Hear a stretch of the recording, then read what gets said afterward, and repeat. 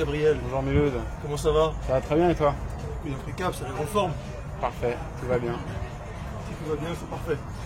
Alors aujourd'hui, nous sommes en compagnie de l'un des Monsieur Foot de RMC, un des membres de la Dream Team, journaliste Mohamed Bouafsi. Salut Mohamed. Bonsoir messieurs.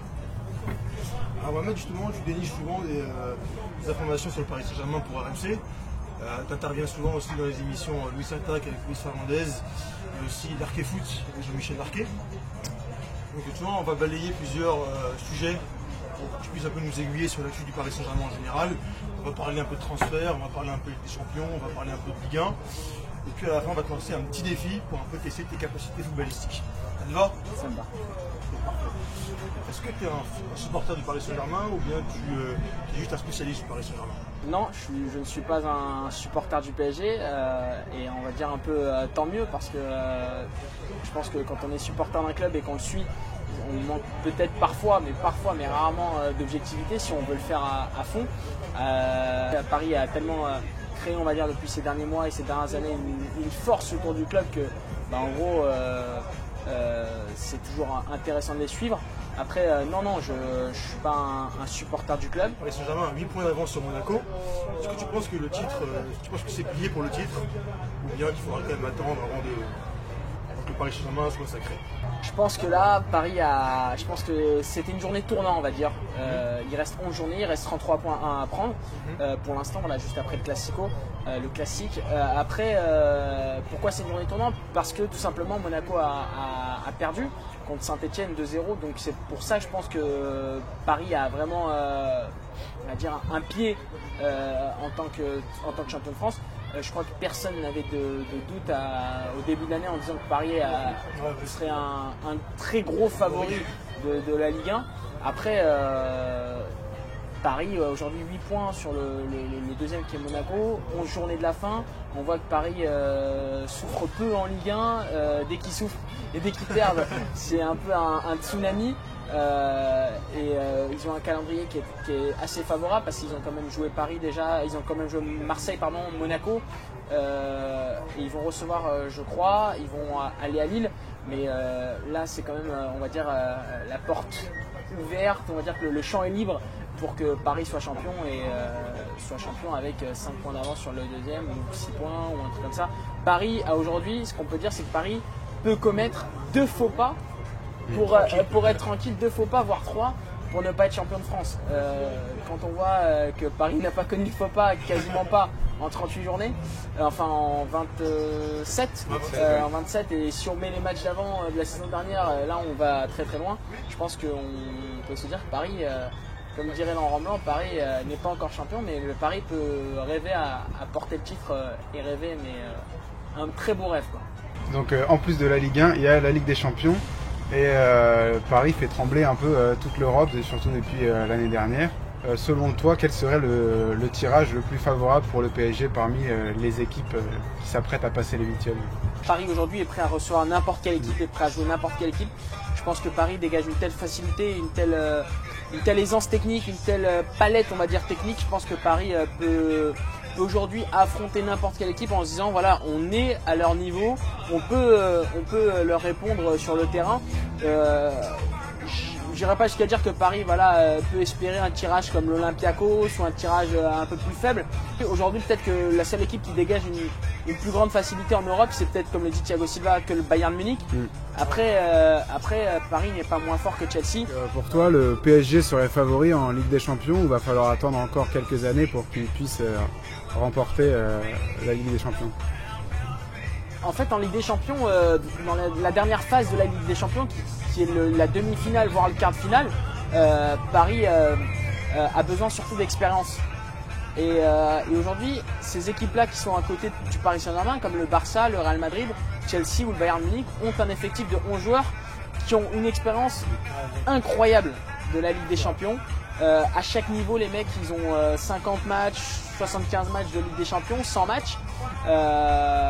Et Paris, en fait, le seul petit danger, on va dire, c'est ce petit manque d'expérience. Mais à 4-5 joueurs près, Paris n'a pas encore toute l'expérience pour jouer avec des champions. Et c'est notamment le cas de la Védie aussi, qui a, je crois, une dizaine de matchs de Ligue des Champions.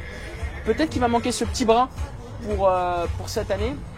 Mais si c'est pas pour cette année, Pour l'année prochaine. pas l'année prochaine, mais Paris aujourd'hui, Nasser Al-Khelaifi le dit, l'objectif du Paris Saint-Germain, quand il est arrivé, c'est d'être champion d'Europe dans les 5 ans.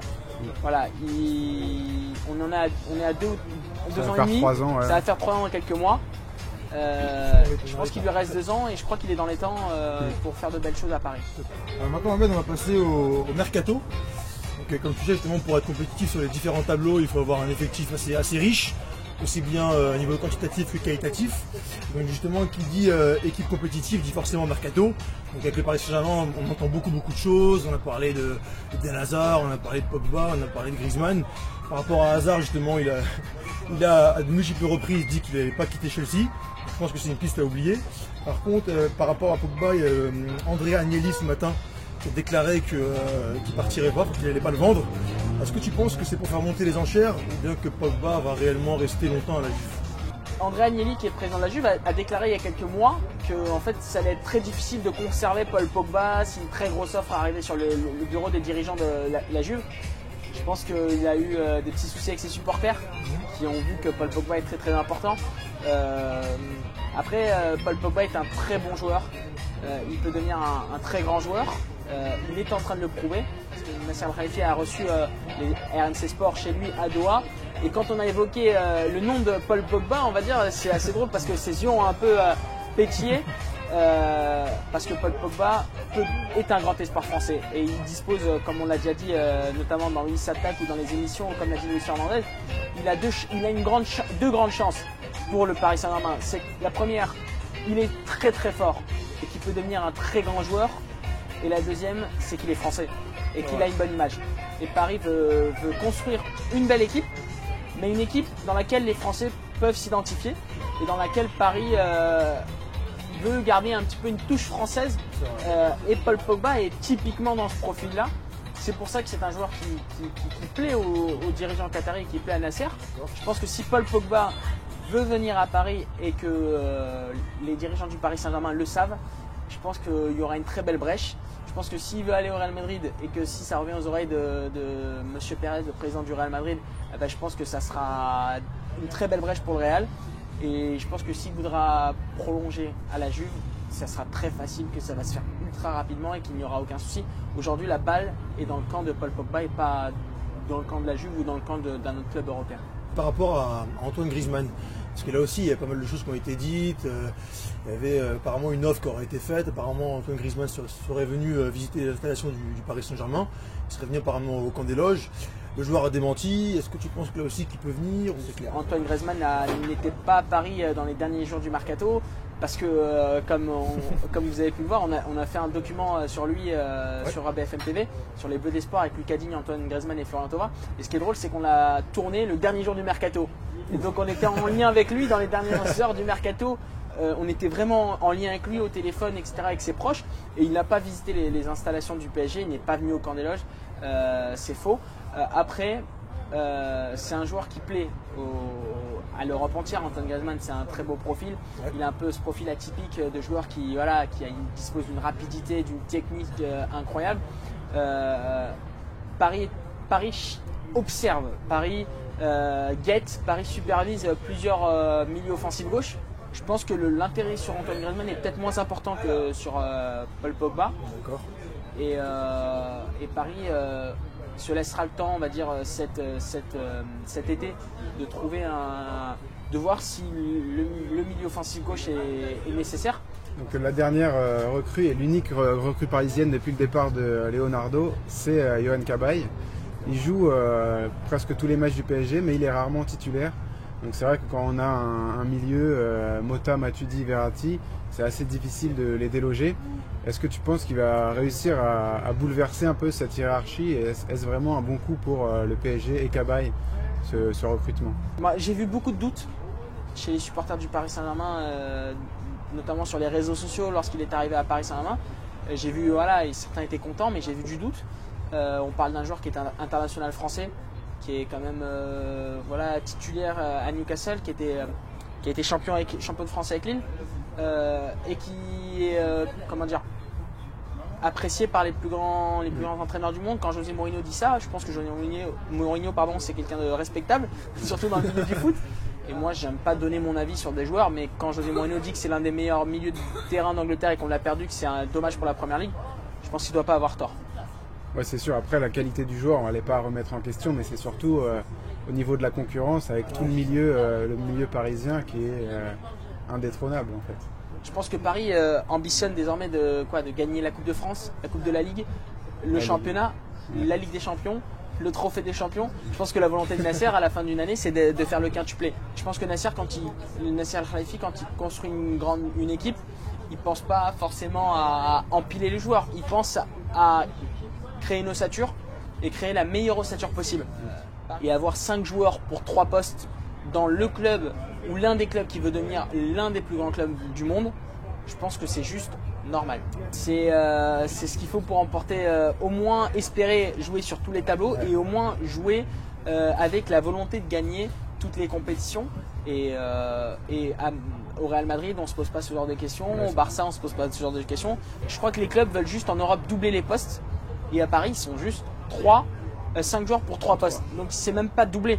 Donc c'est juste pour moi normal. Cavani ne joue pas à son poste de prédilection avec lequel il évoluait à Naples. Est-ce que tu penses qu'il y a un vrai mal-être et il est vraiment malheureux au PSG ou quand on le voit statistiquement, il est quand même deuxième meilleur buteur de Ligue 1 derrière Ibrahimovic. Et quand il joue avec le PSG, il a l'air de prendre tout le plaisir possible. Donc, est-ce qu'il y a vraiment un mal-être? Je pense pas qu'il y ait un vrai mal-être parce que déjà, moi j'aime bien voir les sensations des joueurs, j'aime bien voir leurs émotions, leurs regards. Après peut-être parfois ils nous trompent, hein. C'est comme dans la vie, un joueur de foot ça peut aussi montrer une image qui n'est pas forcément celle qu'il ressent à un moment précis. Mais une scène, c'est ce but contre Marseille. Quand il marque, il a une rage incroyable, il dégage une telle force, une telle sérénité qui c'est impressionnant. Je ne pense pas qu'il y ait de réel mal-être. Je pense que Cavani aimerait bien jouer numéro 9 en pointe, etc.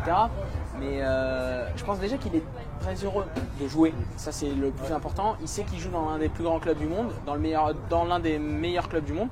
Je pense qu'il est conscient de l'importance de Zlatan Ibrahimovic, parce que là on parle d'un très grand joueur.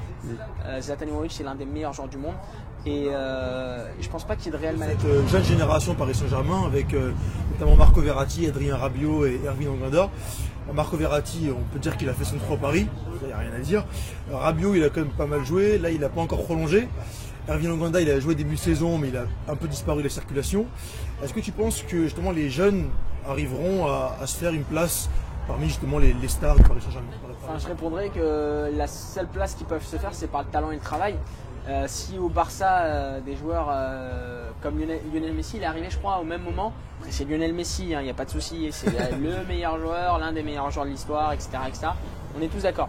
Mais il est arrivé quand même au moment où il y avait Thierry Henry, Ronaldinho et Samuel Eto'o dans le vestiaire. Donc ça montre que quand on est un très grand joueur, quand on veut devenir une légende ou une légende du football, on peut se faire une place dans un vestiaire, parce que se faire une place au milieu de Samuel Eto'o, Ronaldinho et Thierry Henry, il faut le faire. Quand on a du talent, quand on a du travail, on peut tout faire dans la vie. Et c'est comme dans la vie, dans la société, mais c'est aussi dans le football. Si aujourd'hui Erwin Onganda arrive à exploser et à travailler et à avoir cette marge de progression importante, sa place dans le vestiaire du Paris Saint-Germain, il se la fera. Et à Rabiot, s'il arrive à prouver qu'il peut gratter du temps de jeu, il peut faire de très belles choses, mais le tout c'est de ne pas être pressé. Alors comme tu le sais, on a un rituel chez PSG Community, on lance un petit défi à nos invités, donc intitulé le roi de la jungle. Alors le principe est simple, tu as 2 essais pour faire un maximum de jongles. Donc tu vas être mis en concurrence avec les différents invités qu'on a pu recevoir. Donc justement pour info, c'est Malik Bentala qui a le record, il a fait 66 jongles. Donc est-ce que tu vas faire mieux? Ce qui est drôle, c'est que Malik c'est un ami, et en gros je lui ai envoyé un texto et il m'a demandé de le laisser gagner, donc je sais pas si je vais le laisser gagner ou pas. Et vous êtes dur parce qu'en plus les jongles, je suis pas très fan. Moi c'était plutôt vitesse, percussion, grande course, tout ça.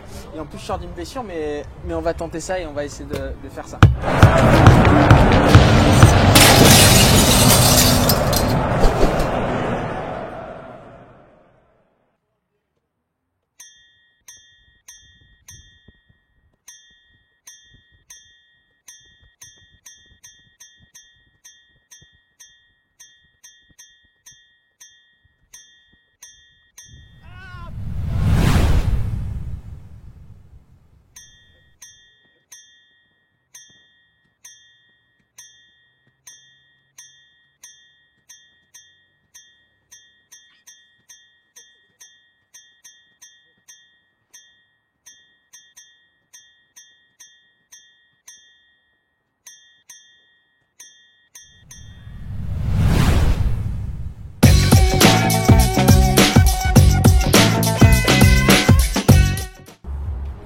Chers supporters, l'interview est maintenant terminée. Un grand merci à Mohamed. Merci de nous avoir reçus, c'était vraiment sympa. Merci à vous. Merci vraiment à vous. N'oubliez pas que vous pourrez retrouver toute l'actualité du PSG sur psgcommunity.fr et Mohamed Bouafsi sur les antennes de RMC. Merci à vous et bonne soirée. Malik, bon, je prends la médaille d'argent. T'es un pote, donc je t'ai laissé gagner parce que voilà, je sais que c'est important pour toi et que t'aimes pas perdre. Déjà que t'es pas très bon au football et en plus je t'ai laissé les jongles. À FIFA t'es pas très bon aussi, donc je te laisse parfois gagner. Juste, je vais dire que je t'ai laissé 15 jongles de différence. Pourquoi? Parce que je suis en chaussures de ville, alors que toi t'étais en basket, t'étais en running. Donc voilà, félicitations à toi, tu l'as bien mérité. Et la prochaine fois je te laisserai pas gagner à quoi que ce soit.